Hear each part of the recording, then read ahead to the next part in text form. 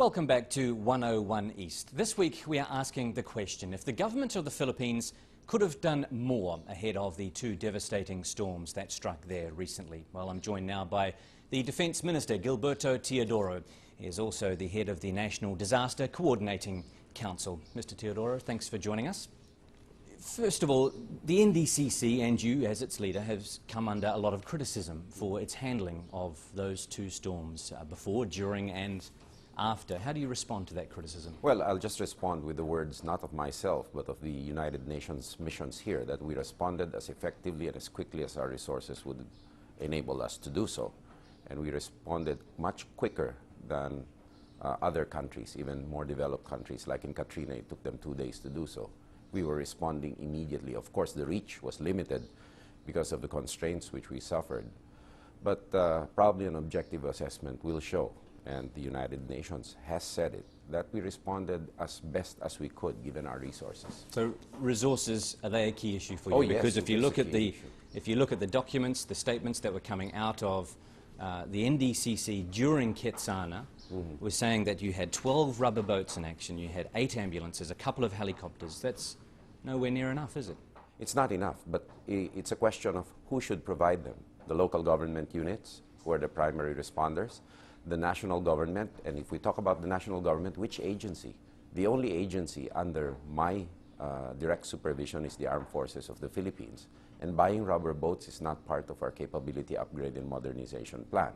You talk about a rubber boat, that means one less radio, one less other device for our primary mission, which is to move, shoot, and communicate. Well, you're talking very much now about the rescue operation, the relief operation afterwards, but what about beforehand? Because you've been criticised as well for what went on in the days leading up to when Ketsana in particular struck. Pagasa, your government weather agency, warned you 2 days before that storm that there could be flash flooding and landslides. Why did it take you so long to prepare? No, we warned the local government units also. The NDCC is merely a clearinghouse. We gave appropriate communications to the provincial, the municipal, and the city disaster coordinating councils who are supposed to act on that information. So is this a logistic problem? It seems to be that this is very cumbersome. Right. You're blaming other government agencies, but you are a senior person within your government. Someone has to take responsibility. Oh yeah, and I take full responsibility for everything, and I have not been shirking from that in the past how many months? That's 34 months of continuous work. And I will not shirk from that, although the criticism must be based on objective facts.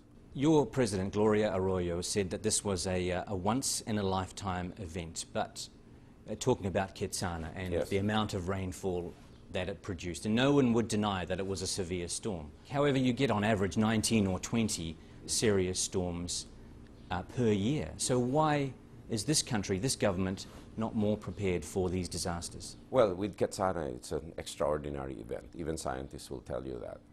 In other areas, you know, we have seen right now a shift in the pattern of storms, where areas we have prepared for, which is the eastern seaboard of the Visayas and Mindanao, are getting less frequent storms but more continuous rain right now. And the storms have shifted. For example, the dumping of that amount of rain in Metro Manila was totally unexpected.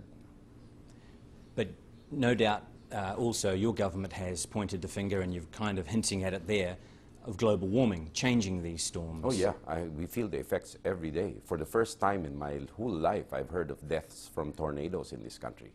But isn't that skirting the issue a little bit, sir? Because no, it is precisely the issue.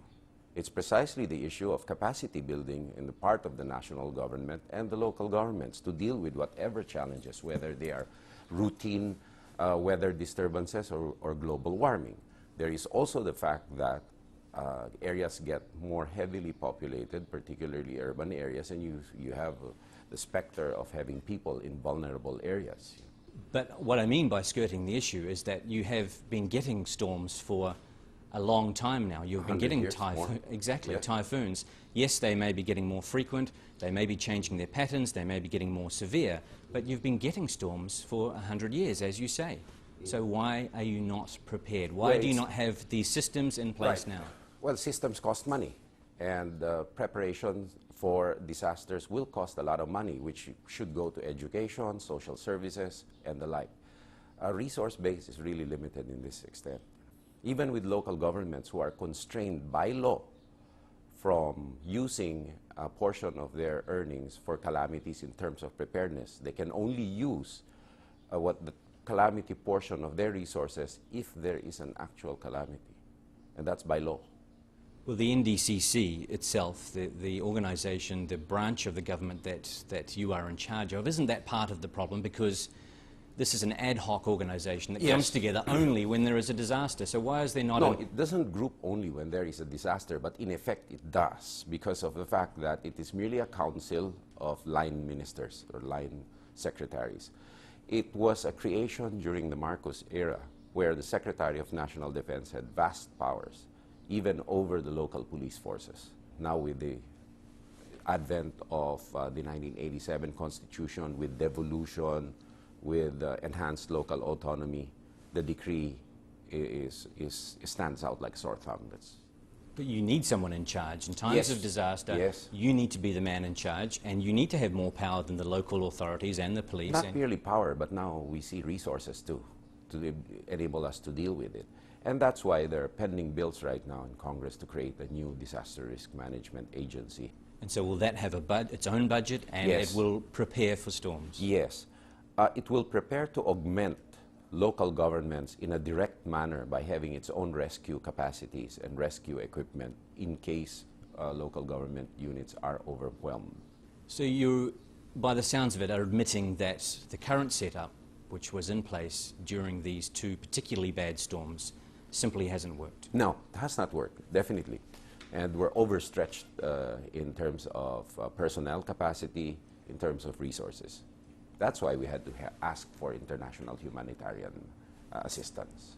Why then has it taken so long then? You say that it hasn't worked. You've had, like I said before, severe storms. Well, why has it taken until now for the government to realize that, hello, this system is not working, that we need to change? Government is part executive and legislative, and it just got caught up in the legislative grind. And right now, fortunately, Congress has taken charge of it, and the Senate has passed the bill, the House has followed. A lot of the deaths that occurred during these two storms were due to poor planning, poor urban planning, people living in the wrong places. Why have people been allowed to build houses in danger zones, like along riverbanks, beneath mountains, which are in danger of collapsing? Not only that, on lake beds themselves. Why were construction activities allowed in the lake bed?